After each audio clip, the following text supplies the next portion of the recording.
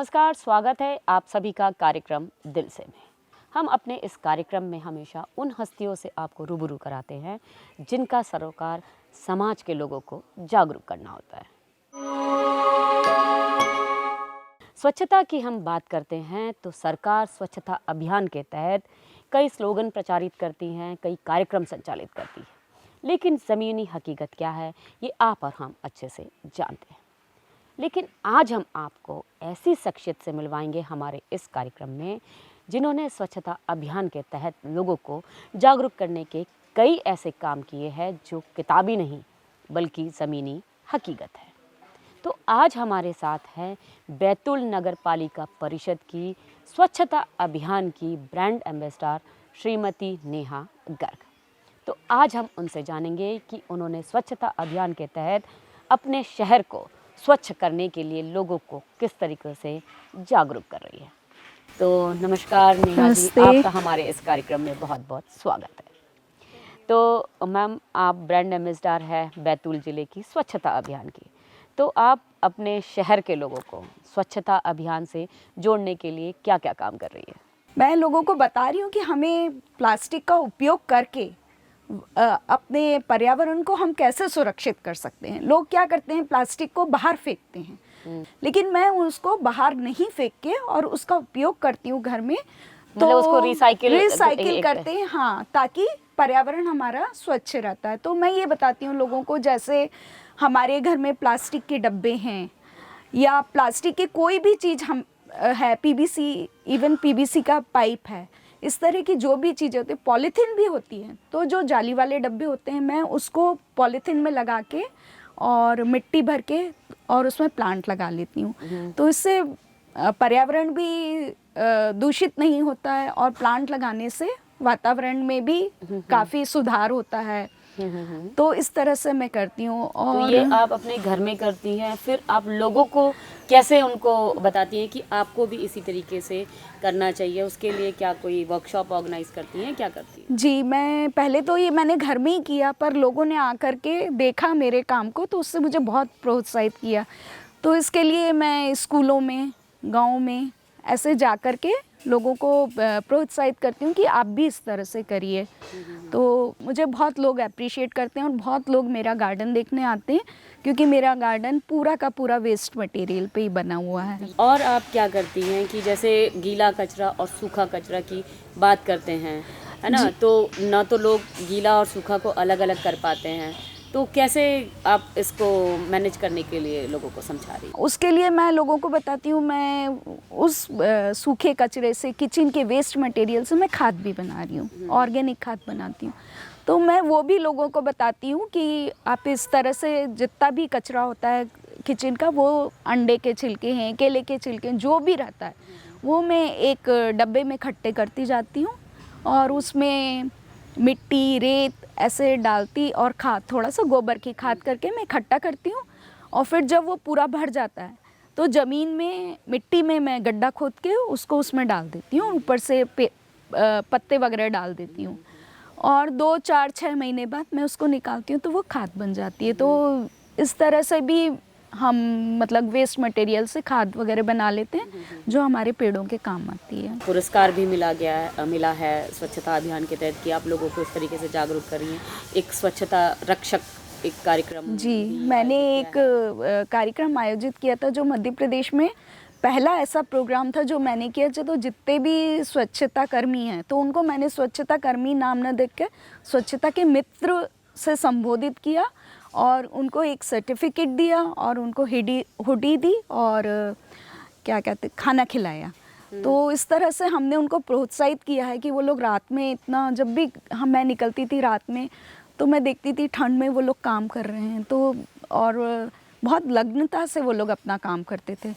तो ये देख के मुझे लगा कि नहीं, इनको पुरस्कृत करना चाहिए। तो उसके तहत मैंने ये प्रोग्राम आयोजित किया था जो मध्य प्रदेश में मेरे ख्याल से पहला था। उसके बाद काफ़ी प्रोग्राम किए सरकार ने, पर वो पहले ही प्रोग्राम था और उसको भी बहुत लोगों ने अप्रिशिएट किया और वो जिनको दिए वो लोग भी बहुत खुश हुए कि मैडम ने दिया। मैं आज भी बाहर जाती हूँ तो वो लोग पहन के रात में ठंड में काम करते हुए दिखाई देते हैं, तो मुझे बहुत खुशी होती है। आप जब स्वच्छता अभियान से जुड़ी हैं और लोगों को जागरूक भी कर रही हैं, तो आपने क्या फ्यूचर प्लानिंग की है कि लोगों को और आप क्या नया सिखाएं कि लोग अपने घर को और अपने शहर को साफ रखें? मैंने ये भी सोच के रखा है कि जैसे हमारी शहर हैं तो उसमें कई ऐसे नुक्कड़ होते हैं, कोने होते हैं जहाँ लोग बहुत आते हैं और कचरा फेंकते हैं। तो मेरी ऐसी प्लानिंग है कि उस एरिया को जहाँ लोग कचरा फेंकते हैं वहाँ पे कुछ ऐसा करें, या तो छोटा सा गार्डन बना दिया जाए या फिर कुछ रंगोली वगैरह मार दी जाए, कुछ इस तरह का किया जाए कि ताकि लोग आकर के वहाँ पे कचरा ना फेंक सकें। ऐसे कुछ कुछ कोने और कुछ कुछ हाँ, जगह जी डिसाइडेड कर जी, रहे हैं। ऐसे करके भी हम अपने शहर को स्वच्छ रख सकते हैं और लोगों को भी जागरूकता आएगी कि नहीं, हमको कहीं भी कोने में कहीं पे भी ऐसे कचरा नहीं फेंकना है। तो एक वो भी मेरी प्लानिंग है। अच्छा, आपको पेंटिंग का भी शौक है, तो उस पेंटिंग के थ्रू भी आप लोगों को जागरूक करने का प्रयास जी करेंगे? हाँ, पेंट करके भी उसमें ऐसे स्टोरी बनाएंगे कि उससे लोगों को संदेश पहुँचे कि हमको किस तरह से अपने शहर को स्वच्छ रखना है। लोग दीवारों पे थूक देते हैं। हाँ जी जी जी जी। तो वो भी एक है। हाँ, अगर दीवारें भी सुसज्जित रहे तो हाँ। डेफिनेटली लोग जी। अच्छी आकर्षक है तो वहाँ थूके नहीं। थूके कम नहीं, से कम। कचरा ना फेंकें। तो वो भी एक प्लानिंग है। अच्छा, और आपको कैसा महसूस हुआ जब आपको मंच से आप लोगों को प्रोत्साहित कर रही है, कह रही हैं कि लोग स्वच्छता अभियान से जुड़े और अपने शहर को साफ रखें, तो क्या आपकी? हाँ, मुझे जब मैंने इस तरह से काम किया और जो मैंने स्वच्छता मित्रों को वो किया तो लोगों ने मुझे बहुत अप्रिशिएट किया, बहुत अप्रिशिएट। मतलब वो प्रोग्राम के बाद काफ़ी लोग में के ज़ुबान पे यही चर्चा थी कि ये प्रोग्राम बहुत अच्छा हुआ और मैंने बहुत अच्छा काम किया। और मेरे को दूसरे लोगों को देख कर के खुशी भी हुई कि चलो मैंने एक ऐसा काम किया जो बहुत मतलब सबको उससे खुशी हुई है और संदेश भी पहुंचा है कि नहीं, हमको अपने स्वच्छता मित्रों को प्रोत्साहित करने के लिए इस तरह के कार्यक्रम करते रहना चाहिए। उनको बहुत प्रोत्साहन मिलता है तो वो लोग बहुत उत्साह से अपना काम करते हैं। बैतूल के जैसे हॉस्पिटल्स हैं, उनका भी कचरा जो निकलता है उसको फेंकने के लिए कई जैसे इंसिनेटर की स्थापना होनी थी, लेकिन शायद अभी तक हो नहीं पाई थी। शायद आपके प्रयासों के बाद उसको कुछ एक दिशा मिली है। जी, ये भी अभी चल रहे हैं प्रयास, अभी बोला है, पर इस तरह के काम तुरंत नहीं होते हैं, थोड़ा टाइम लगता है। पर हमारा प्रयास वो भी है कि जितना हॉस्पिटल से वेस्ट मटेरियल निकलता है उसका हम रिसाइकिल करें और वो इस तरह से जगह जगह पे कचरा ना पड़ा रहे और उसका भी सदुपयोग हो। अब हम आपसे जानना चाहेंगे कि आप अपने शहर के लोगों को तो जागरूक कर ही रही हैं, उसी तरीके से प्रदेश के और देश के लोगों को भी स्वच्छता अभियान से जोड़ने के लिए क्या संदेश देना चाहेंगे?